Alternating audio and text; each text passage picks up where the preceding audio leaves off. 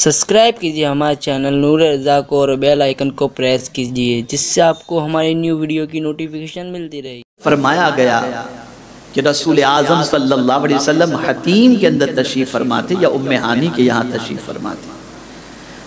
نیم خواب کی حالت تھی، نہ مکمل بیدار تھے نہ مکمل آرام فرماتے.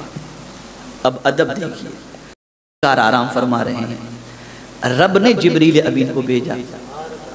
قربان جائیے اس رسول کی عظمت پر، قربان جائیے. جبریل امین کو بھیجا، سید الملائکہ، اللہ اکبر. اور پھر یوں ہی نہیں بھیجا، سواری کے ساتھ بھیجا. ایک تو ہوتا ہے دعوت دے دینا آپ میرے یہاں تشریف لائیے گا، بھئی گاڑی نہیں ملی ہم نہیں آئے، لیکن سواری جب بھیج دی تو آنا ہی ہے، آنا ہی ہے. اور سواری بھی ایسی کہ جس کی جیسی سواری بھی ملنا مشکل.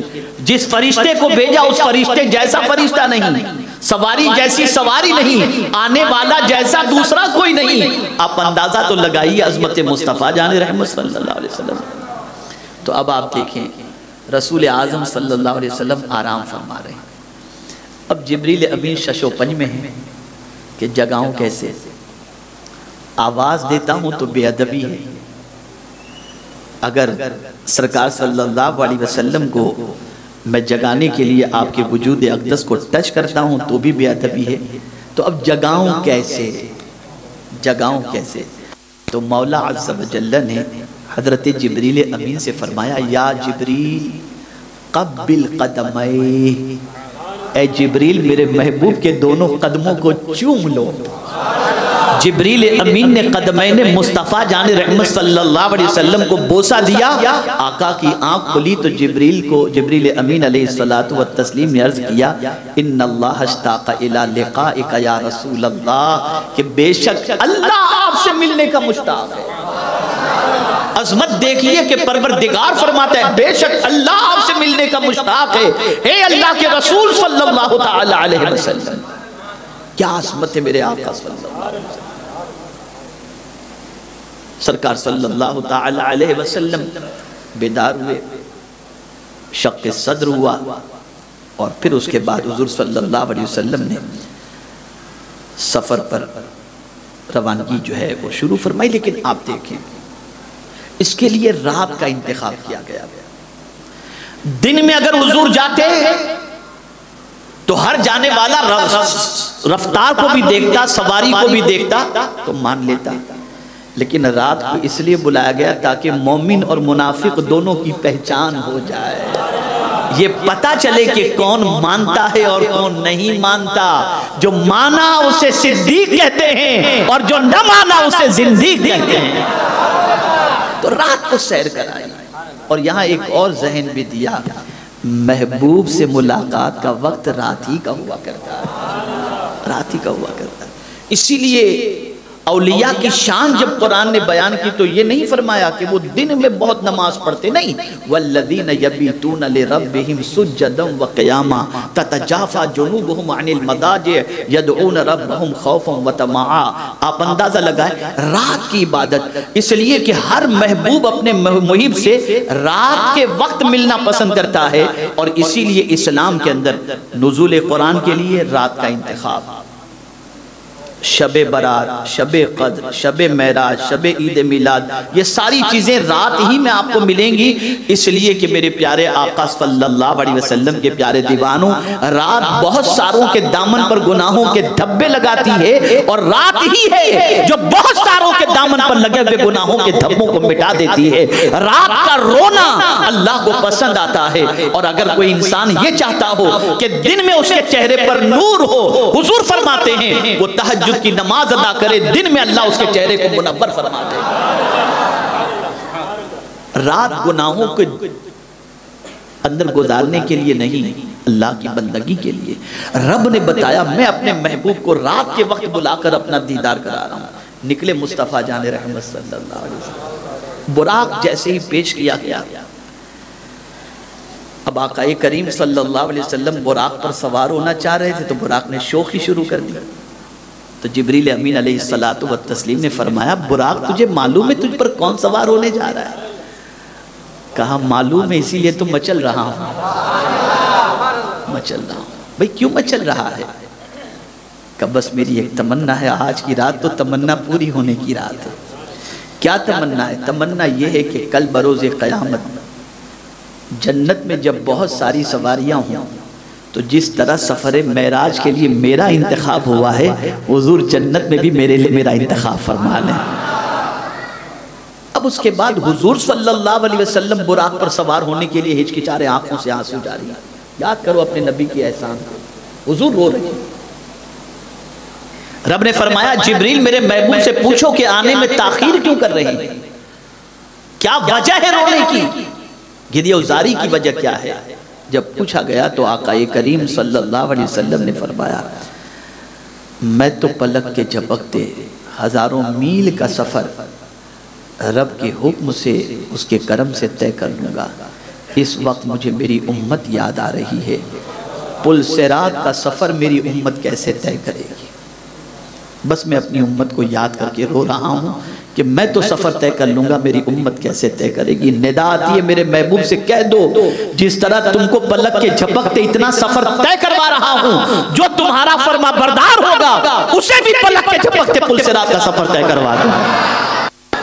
جو نہ بھولا ہم غریبوں کو رضا، یاد اس کی اپنی عادت کیجئے۔ کہاں حضور ہم کو بھولے؟ ماں بھول سکتی ہے، باپ بھول سکتا ہے، دوست بھول سکتا ہے، رشتہ دار بھول سکتا ہے، لیکن ذات مصطفیٰ جان رحمت صلی اللہ علیہ وسلم ایسی عظیم ذات ہے جو ہمیں کبھی نہیں بھولے اور نہ کبھی بھولیں گے۔ محشر میں بھی اگر کوئی کام آئے گا تو ذات مصطفیٰ جان رحمت صلی اللہ علیہ وسلم۔ اسی لیے اعلیٰ حضرت کہتے ہیں وسعتیں دی ہیں خدا نے دامن محبوب کو، جرم کھلتے جائیں گے اور وہ چھپاتے جائیں گے۔ سفر شروع ہوا رات کے وقت۔ کہاں سے شروع ہوا؟ مسجد حرام سے مسجد اقصیٰ تک۔ اب یہ مسجد حرام سے مسجد اقصیٰ تک کیوں؟ مسجد حرام سے ڈائریکٹ سفر معراج شروع ہو جاتا، یہ مسجد اقصیٰ تک کیوں اتنا سفر کیوں؟ تو وجہ یہ ہے کہ حضور صلی اللہ تعالی علیہ وسلم امام کعبہ تو تھے، یہ بتانا تھا کہ کوئی میرے محبوب جیسا امام نہیں، دیکھو میرا محبوب امام کعبہ بھی ہے بلکہ امام قبلتین ہے، دونوں قبلے کا اگر کوئی امام ہے تو میرا محبوب امام ہے۔ اور پھر آپ جانتے ہیں مسجد اقصیٰ میں سرکار صلی اللہ علیہ وسلم نے سارے انبیاء کرام علیہم الصلاۃ والتسلیم کی امامت فرمائی، مسجد حرام سے مسجد اقصیٰ تک۔ ایک حکمت یہ بھی ہے کہ مکے کے لوگ یہ جانتے تھے کہ آقا کریم صلی اللہ تعالی علیہ وسلم کبھی بیت المقدس تو گئے نہیں، کبھی گئے نہیں۔ اب جب گئے نہیں تو اب سرکار وہاں سے جب پلٹ کر کے آئیں گے تو لوگ پوچھیں گے تو صحیح کہ بتاؤ مسجد اقصیٰ کی کھڑکیاں کیسی ہیں، وہاں کا ماحول کیسا ہے، وہ کہاں واقع؟ تو پروردگار نے پہلے یہ سفر کروا دیا تاکہ اس لیے کہ آگے والا سفر تو کوئی دوسرا گیا ہی نہیں نا، مسجد اقصیٰ تک تو سب گئے ہیں، اس کے آگے تو کوئی گیا نہیں، وہاں کی بات تو آپ ایسے۔ تو رب قدیر جل جلالہ نے مسجد حرام سے مسجد اقصیٰ تک کا سفر طے کروایا تاکہ جب اس کے آگے کے سفر سے سرکار مشرف ہو کر کے جب پلٹیں تو یہ پہلے سفر کے بارے میں لوگ سوال کریں گے، آگے کے بارے میں کیا جانیں گے وہ سوال کریں گے، یہ سوال کریں گے کہ اگر آپ مسجد اقصیٰ گئے تھے تو بتاؤ مسجد اقصیٰ کیسی ہے، اس کی کھڑکیاں کیسی ہیں، آپ نے کیا کیا دیکھا۔ قربان جائیے میرے رب کی عظمت پر کہ پروردگار نے یہ سفر طے کروایا اور کس طرح سے پلک کے جھپکتے۔ فرمایا گیا زنجیر بھی ہلتی رہی، بستر بھی رہا گرم، ایک آن میں گئے آئے محمد صلی اللہ تعالی علیہ وسلم، یہ سرکار صلی اللہ علیہ وسلم۔ تو گئے مسجد اقصیٰ پہنچے، اور جب گئے مسجد اقصیٰ کی طرف تو حضرت موسیٰ علیہ السلام کی قبر کے قریب سے گزرے، دیکھا اس میں نماز پڑھ رہے ہیں، یہ حدیث میں موجود ہے، اور یہ بتا دیا گیا کہ نبی اپنی قبر کے اندر زندہ ہیں، زندہ ہیں اپنی قبر میں، اور یہ بھی بتا دیا گیا ہزاروں سال پہلے اگر کوئی نبی اس دنیا سے کچھ کر گئے تو مصطفیٰ کی نگاہوں کو قدرت نے یہ طاقت دی ہے کہ نبی قبر میں کیا کر رہے ہیں یہ بھی مصطفیٰ دیکھ رہے ہیں، یہ بھی دیکھ رہے ہیں۔ میرے پیارے آقا صلی اللہ علیہ وسلم کے پیارے دیوانوں اور سارے انبیاء کرام وہاں پر جمع ہوئے اور رسول اعظم صلی اللہ علیہ وسلم نے سب کی امامت فرمائی۔ ایک وجہ مسجد اقصی کی طرف کے حوالے سے قرآن نے وضاحت فرمائی، الذی بارکنا حولہ، مسجد حرام سے مسجد اقصی تک کے سفر کی وجہ یہ ہے کہ ارد گرد اس کے جو ہے وہ برکتیں اللہ نے رکھی ہیں۔ اب یہ برکتیں کیا ہیں؟ تو مفسرین فرماتے ہیں باغات بھی ہیں اور انبیاء کے مزارات بھی ہیں۔ پتہ یہ چلا جہاں مزارات ہوتے ہیں وہاں کو اللہ نے برکت بتایا کہ وہاں اللہ کی برکتوں کا نزول ہوتا ہے، تو انبیاء کرام کی مزارات وہاں پر ہیں تو اس کے ارد گرد اللہ نے برکتیں رکھی ہیں۔ اب پروردگار نے سفر معراج کا مقصد بیان فرمایا، لِنُرِيَهُ مِنْ آیاتنا، یہ ریزن ہے سفر معراج کا، ریزن ہے، مقصد ہے، تاکہ ہم اپنی عظمت والی نشانیاں دکھائیں۔ یہ ایسا سفر نہیں تھا کہ گئے اور آ گئے بس، نہیں، بلایا اس لیے گیا تھا تاکہ محبوب عظمت والی نشانیاں دیکھو۔ جس تمہاری امت کے بارے میں میں نے یہ کہا ہے ان اللہ اشترى من المؤمنین انفسهم لہم بأن لہم الجنہ، کہ بے شک اللہ نے مومنوں کے جان اور مال کو خرید لیا جنت کے بدلے میں۔ محبوب تم تو ولادت سے لے کر ہمیشہ اپنی امت کے لیے تڑپتے رہے نا، تو اب آؤ میں تمہیں بتاتا ہوں کہ تمہاری امت کے جان و مال کو میں نے جس چیز کے بدلے میں خریدا ہے، آؤ ذرا وہ جنت بھی تو دیکھ لو تاکہ تمہیں پتا چلے کہ تمہاری امت کے لیے میں نے کیا سجا کر کے رکھا ہے۔ یہ عظمت والی نشانی تمہیں دکھا دی، ایک ایک نشانی عظمت والی نشانیاں۔ یہ عظمت والی میں کیوں کہہ رہا ہوں؟ آپ کہیں گے قرآن کی کون سی آیت اور کون سے لفظ سے آپ نے عظمت والا ترجمہ بنا لیا؟ تو یاد رکھیں آیات اور پھر نسبت اللہ نے اپنی طرف کی، آیاتنا، عظمت والی ذات کی طرف کوئی چیز منسوب ہو تو وہ بھی عظمت والی ہو جایا کرتی ہے۔ تو یہ عظمت والی نشانیاں دکھانے کے لیے پروردگار کے پیارے حبیب صلی اللہ علیہ وسلم نے بہت کچھ دیکھا، جنت دیکھی، جہنم دیکھی، سرکار صلی اللہ علیہ وسلم نے سب کچھ مشاہدہ کیا، سب کچھ دیکھا، سب کچھ دیکھتے رہے دیکھتے رہے دیکھتے رہے، اور میرے پیارے آقا صلی اللہ تعالی علیہ وسلم کے پیارے دیوانوں یہاں تک میرے رب کے قریب ہوئے کہ رب نے اپنا جلوہ بھی دکھا دیا، اپنا جلوہ بھی دکھا دیا۔ اور کس طرح سے حضور نے دیکھا اپنے رب کو، سبحان اللہ، کس کو دیکھا یہ موسیٰ سے پوچھے کوئی، آنکھ والے کی ہمت پہ لاکھوں سلام۔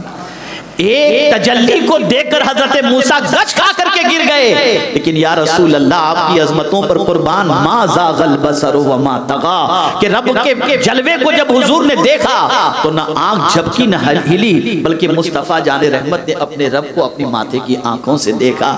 اللہ اکبر، اے رسول اعظم صلی اللہ تعالی علیہ وسلم کے دیوانوں، اب آپ دیکھیں پیغمبر رحمت صلی اللہ علیہ وسلم کو اللہ نے سفر معراج سے مشرف فرمایا، لیکن پروردگار جل جلالہ نے آقا کریم صلی اللہ علیہ وسلم کے مراتب اور مقام کو دنیا کے سامنے اجاگر کر دیا اور بتا دیا کہ میرے محبوب کی عظمت کیا ہے، میرے محبوب کا مقام کیا ہے، میرے محبوب کا رتبہ کیا ہے، میرے محبوب صلی اللہ علیہ وسلم کا مرتبہ کیا ہے۔ لیکن اللہ اکبر، پیغمبر رحمت صلی اللہ تعالی علیہ وسلم جب وہاں سے لوٹنا چاہتے ہیں، مولا جب اپنے محبوب صلی اللہ علیہ وسلم کو امت کے لیے تحفہ نماز دے کر کے جب روانہ کرتا ہے تو محبوب جب آتے ہیں تو ساتویں آسمان پر حضرت ابراہیم ہوتے ہیں، چھٹے پر حضرت موسیٰ علیہ السلام ہوتے ہیں، ساتویں پر حضرت ابراہیم سے ملاقات ہوتی ہے۔ لیکن سفر کی پوری داستان آپ کئی مرتبہ سن چکے ہیں، اس لیے میں صرف حکمتیں اور یہ ساری چیزیں بتا رہا ہوں تاکہ ریپیٹیشن نہ ہو اور آپ کو سمجھ سکیں، آپ کی سمجھ میں بات آئے۔ میرے پیارے آقا صلی اللہ تعالی علیہ وسلم کے پیارے دیوانوں، آپ جانتے ہیں کہ سدرۃ المنتہا پر جبریل امین نے ساتھ چھوڑ دیا۔ ساتھ چھوڑنے سے مراد یہ ہے کہ سرکار صلی اللہ علیہ وسلم نے فرمایا جب کہ چلو چلو تو عرض کرتے ہیں حضور میں اگر تھوڑا بھی آگے بڑھا تو پرتب تجلی سے میرے پر جل جائیں گے، تو قربان جائیے میرے آقا نے فرمایا حل لک حاجت یا جبریل، اے جبریل تیری کوئی حاجت ہو تو بیان کر۔ قربان جائیے نبی سید الملائکہ سے پوچھ رہے ہیں تیری کوئی حاجت ہو تو بیان کر، لیکن وہ جبریل یہ نہیں کہتے میرا تو آنا جانا رب کی بارگاہ میں آپ سے حاجت کیوں بیان کروں، نہیں، حضرت جبریل امین نے عرض کیا ہاں سرکار ایک ہی تمنا ہے کہ آپ کی امت پل صراط سے گزرے تو میں اپنے پروں کو بچھا دوں۔ اب یہاں ایک سوال میں آپ سے پوچھنا چاہتا ہوں، اور وہ سوال یہ ہے کسی غریب نے کبھی مدینہ نہ دیکھا ہو، اس سے آپ پوچھیں کہ تیری کوئی تمنا ہو تو بتا، وہ یہی تو کہے گا کہ مجھے مدینہ پہنچا دیجئے، مدینہ دکھا دیجئے۔ تو جبریل تو سدرۃ المنتہا سے آگے بڑھے ہی نہیں، آج چانس مل رہا ہے بہت آگے جانے کا، تو آپ یہ کہہ دیتے حضرت جبریل امین سرکار آپ جا رہے مجھے بھی اپنے ساتھ لے جائیں، لیکن وہ جانتے تھے حضور کو خوش کرنا ہے تو آگے جانے کی بات نہیں، امت کے بھلے کی بات کر دو، حضور خوش ہو جائیں گے۔ تو فوراً عرض کیا آپ کی امت جب پل صراط سے گزر رہی ہو تو میں اپنے پر کو بچھا دوں۔ اللہ اکبر! لیکن اعلیٰ حضرت عظیم البرکت عشق رسالت میں اتنے ڈوبے ہوئے تھے کہ کہتے ہیں پل سے اتارو رہ گزر کو خبر نہ ہو، جبریل پر بچھائیں تو پر کو خبر نہ ہو۔ ایک ذہن پورے سفر کے اندر ملتا ہے، اور وہ سفر کے اندر ذہن یہ ملتا ہے کہ حضور کی امت کا بھلا چاہنا یہ ہر نبی جانتے ہیں، ہر فرشتے جانتے ہیں، سید الملائکہ جانتے ہیں، سب جانتے ہیں کہ اگر حضور کو خوش کرنا ہے تو حضور کی امت کا بھلا چاہنا۔